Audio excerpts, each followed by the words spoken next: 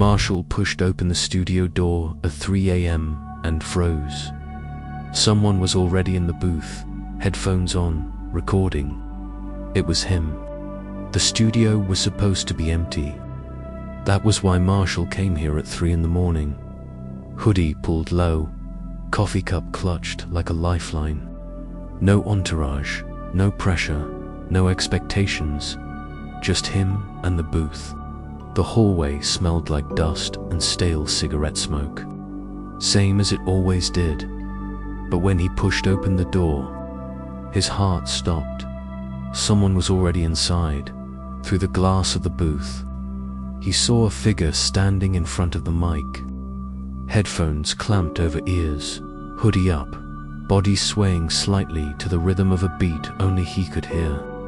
The voice carried through the monitors, sharp, relentless, spilling bar after bar like a fire that couldn't be put out.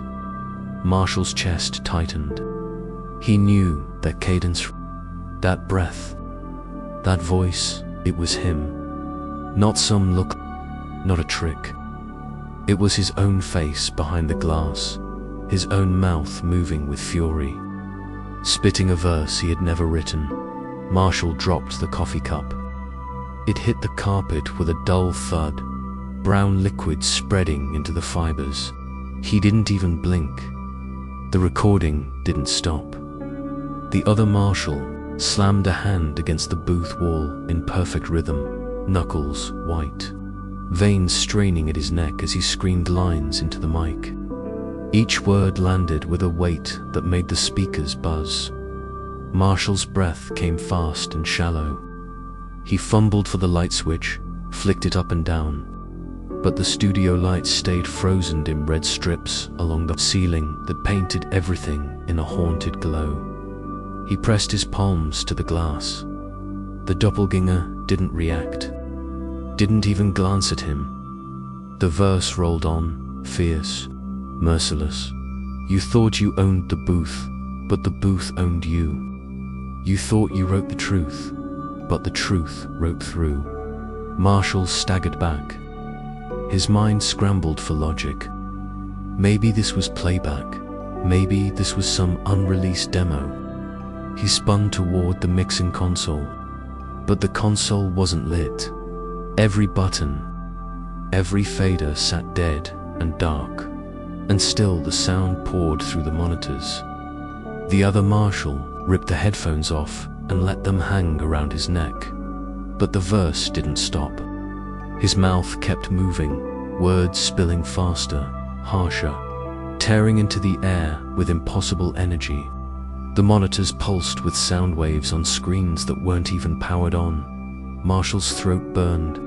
He banged on the glass with his fist. Hey, look at me. For a fraction of a second, the double's eyes flicked up, just enough to show they were the same blue-gray as his own. But there was no recognition, no surprise, only fury directed at the mic, at the verse, at something unseen.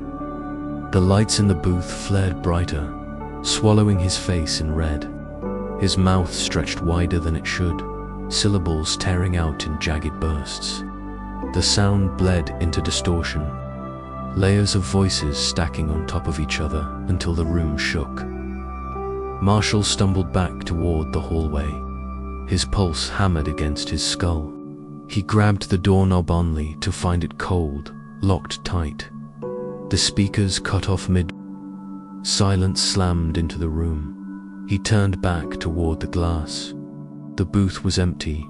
Headphones hung neatly on the mic stand. The door to the booth sat closed, untouched. The red lights dimmed back to normal. Marshall stood frozen, ears ringing with words that no longer existed. Then, from the console behind him, the recording clicked on by itself. The waveform scrolled across the dead screen, jagged and furious. His own voice filled the studio once again. Only this time, it said something he never remembered speaking. You're late. Marshall's breath came hard, each inhale sharp enough to cut. The console glowed faintly in the darkened studio, though he hadn't powered anything on. The waveform on the screen pulsed, steady, jagged, alive. He edged closer, squinting, hoping it was just leftover static. But then his own voice boomed from the monitors. Doors don't close, they just loop. You ain't alone, you're the proof. You think you're free in the booth. Check the tape, it's your noose. The sound hit him like a slap. He reeled back, stomach twisting. That wasn't something he wrote. That wasn't a rhyme in any notebook.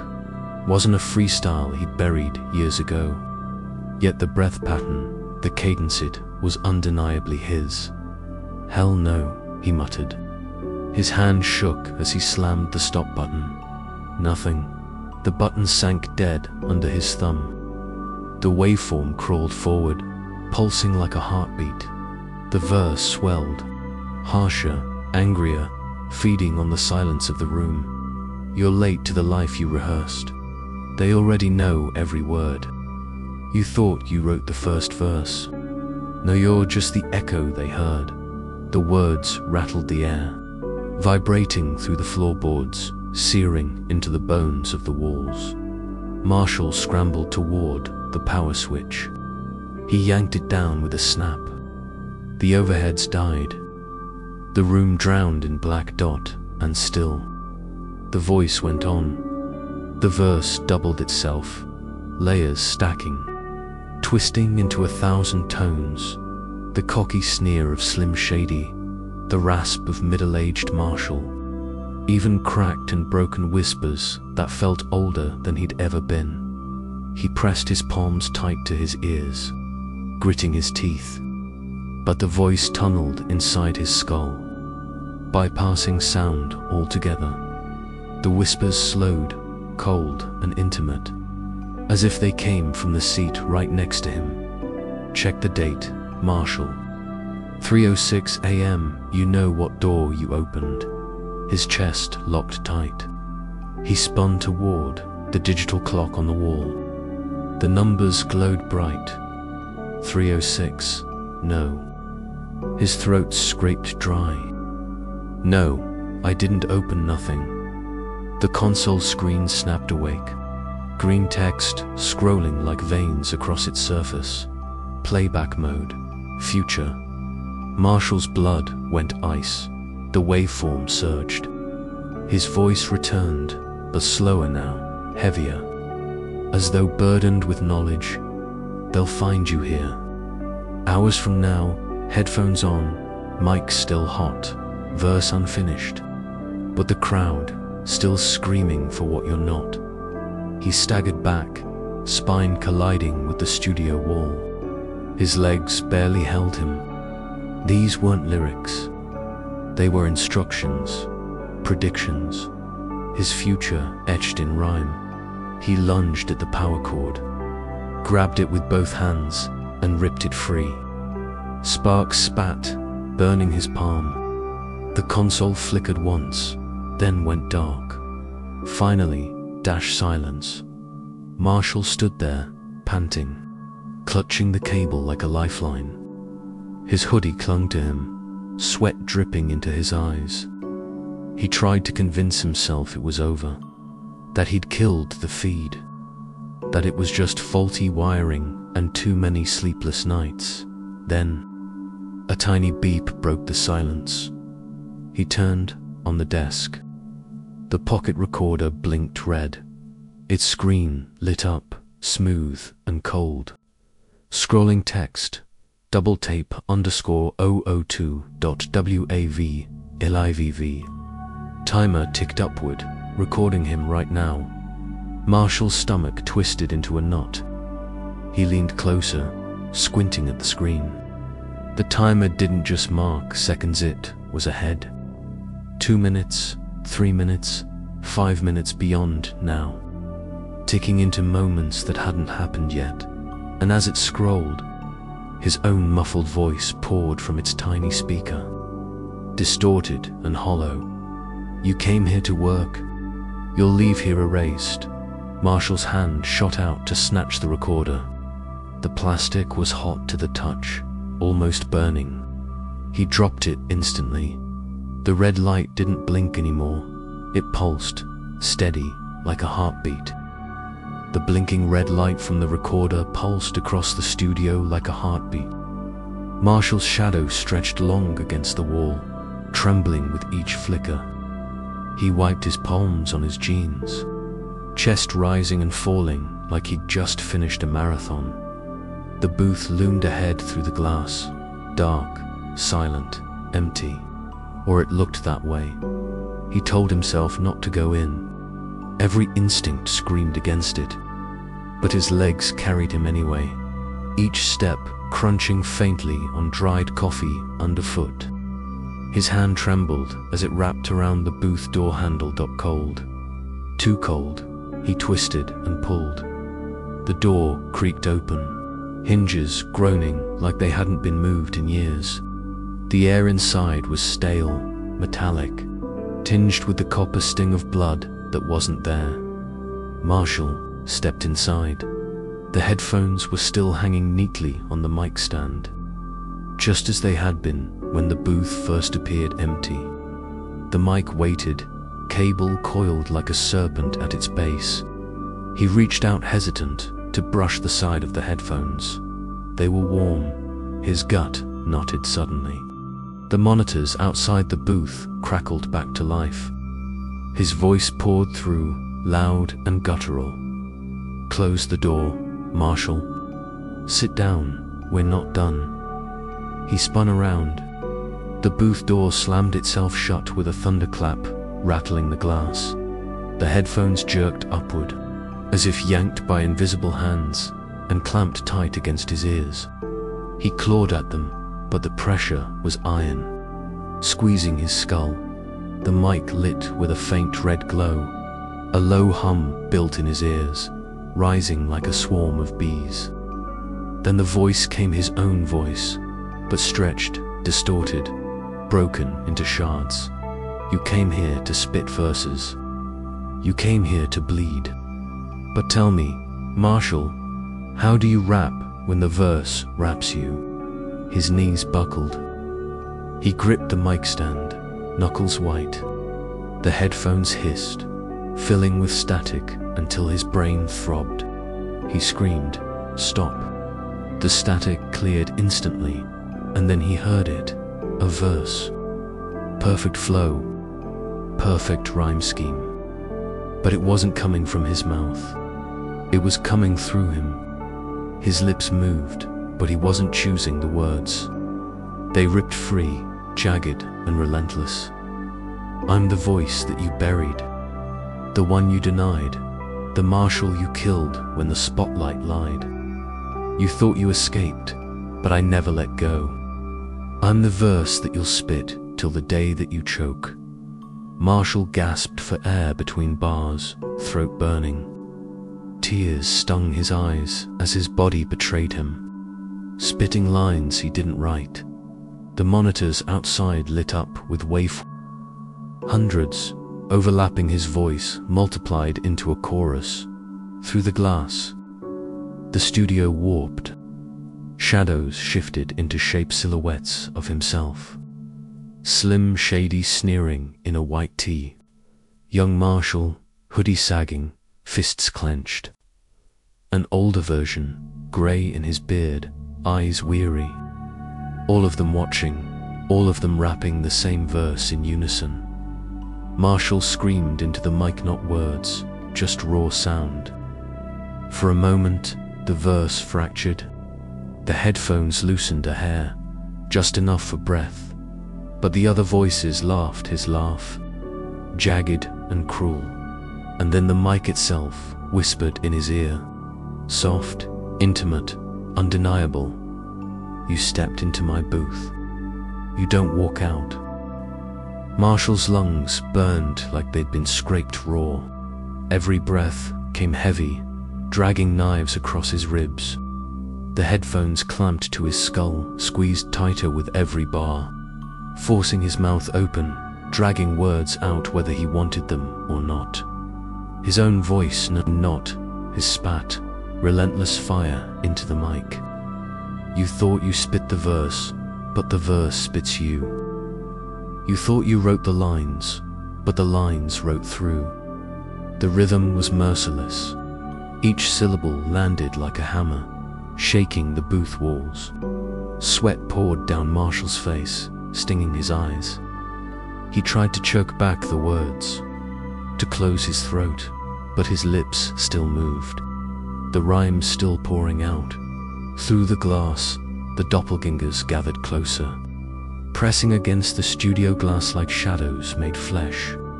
Slim Shady with his bleach blonde sneer, young Marshall with his hoodie and fury, older Marshall with grey in his beard and sadness carved into his face. Their mouths moved in sync with his, chanting every line. The mic glowed brighter, a hot vein of red crawling up its steel, pulsing with the cadence. The booth wasn't just containing him, was amplifying him, feeding on his voice like it was fuel. Then the voice shifted, deeper, sharper, more alive than he felt. This booth ain't your prison. This booth is your proof. You ain't the rapper, Marshall. You're the echo in the booth. Marshall's knees buckled. He gripped the mic stand, knuckles white, body trembling. No, he croaked, throat torn, this voice. It's mine. It's always been mine. The shadows outside laughed. His own laugh, multiplied 100 times, bouncing through the studio until it shook his bones. Slim Shady's grin stretched unnaturally wide. The boy's eyes burned like coals. The older version shook his head slowly, almost in pity. The verse slammed back, louder, a tidal wave of sound battering him. Your voice is a cage, your rhymes are a chain. You spit for release, but I'll keep you contained. Marshall staggered back, teeth clenched, heart clawing for escape. His ears bled with the pressure, hot trickles running down his neck. And then, buried under the roar, he heard it break. A small fracture in the rhythm, a slip in the timing.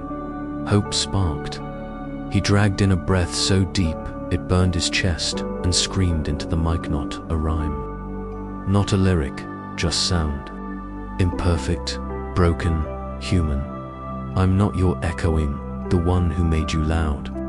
The monitors shattered instantly. Glass exploded across the control room like jagged confetti. Sparks spat from the ceiling as lights flickered and died. The waveforms on the screens spasmed, collapsing into static dot. The doppelgangers outside convulsed violently, glitching like corrupted video. The older version's face cracked into pieces. The boy dissolved into smoke. Slim Shady's grin split down the middle before his whole body shattered into static. The mic in Marshall's hands burned white-hot. He screamed again, pushing everything he had into one final howl. His voice cracked, scarred, unpolished reel. The booth walls rattled, the glass groaned, and then the door blasted open with a thunderclap. Air rushed in, cold and sharp. The headphones snapped loose and fell to the floor, wires curling like dead snakes. For the first time in hours or, maybe, forever, there was silence. Marshall collapsed to the ground, chest heaving, ears ringing with the ghost of his own scream. His palms were blistered raw where the mic had seared them. Then dash, click.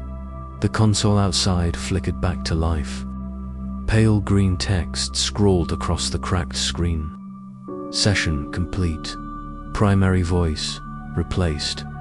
Marshall's blood turned to ice. He staggered to his feet, shaking his head. No, you didn't. You didn't take it. But the monitors disagreed. His own voice spilled out calm, smooth, confident. Nothing like the shredded sound still stuck in his throat. Thanks for the verse, Marshall. You can rest now. The track's mine. The booth lights went dark. The console powered down, and Marshall was left alone in the silent sect for the faint echo of his own voice, still rapping somewhere beyond the walls. Marshall stumbled out into the night like a man just clawed out of a grave. His hoodie clung heavy with sweat, his palms blistered, his throat raw. The studio door slammed shut behind him with a metallic clang that echoed down the empty Detroit street. Snow spiraled in the air, fat flakes glowing orange under the flickering streetlight. His sneakers crunched over the ice as he staggered toward his car. Each step away from the studio felt like peeling skin from bone, painful, slow, but necessary. He wanted distance. He wanted silence. He collapsed into the driver's seat, slammed the door, and dropped his head against the steering wheel. His whole body shook. The quiet was so thick it rang in his ears. "It's done," he rasped, every syllable scraping his throat. "It's over," but silence never lasts. The stereo crackled. Marshall's head shot up. The car wasn't even on, the key was still in his fist. But from the dead speakers, his voice poured smooth, polished, almost smug. Marshall left the booth, thought the battle was done. But the verse don't end, just moves on. His stomach lurched. He jammed the key into the ignition, twisted hard. The engine roared, but the voice didn't stop. The stereo lit with faint green text. Primary voice, active. "No," he muttered. His blistered hands slammed the dash. "That's not me. That's not me." The stereo hissed, then laughed. His laugh only colder, cleaner, stronger. Snow pressed heavy on the windshield, streaking under the dim light. Marshall lifted his eyes and caught his reflection in the glass. But the reflection didn't move with him. It smiled first. Marshall's breath froze in his chest. His reflection leaned closer, lips moving just ahead of his own, whispering words he hadn't spoken. "You're the echo now." The words crawled through him like ice water. His grip on the wheel tightened until his blistered skin split. The stereo surged again, blasting verses he had never written. His cadence, his breath, but sharper, smarter, perfect. The car shook with the rhythm. The snow outside vibrated with each beat. Streetlights flickered down the block as if bowing to the sound. Marshall screamed, but his voice was swallowed whole. His throat tore with silence while the speakers roared his double's words. On the windshield, his reflection rapped every line, eyes burning, lips moving in perfect sync with the stereo. He couldn't stop watching. It was him, but better. Unbreakable, eternal. Outside, Detroit wasn't silent anymore. The city itself seemed to hum with the verse. Ghostly sound waves rippling across rooftops, bouncing off frozen streets. Apartment windows flickered as if tuned into the same feed. Far away, a dog barked in rhythm with the beat. The verse wasn't trapped in the booth. It wasn't even trapped in him. It had escaped. Marshall's chest heaved, panic clawing at his ribs. He opened the door, stumbled out into the snow, and collapsed to his knees. The cold bit into his skin, but the sound followed him, rolling through the streets like a tide dot above him on the blank billboards. Text flickered to life in green letters. Primary voice. Livy, his voice. Everywhere, but not his anymore. Marshall screamed into the night, ragged and broken, but the city drowned him out. His double had taken the verse, the sound, the identity, and for the first time in his life, Marshall Mathers, the real Marshall, had no voice. Only the echo did.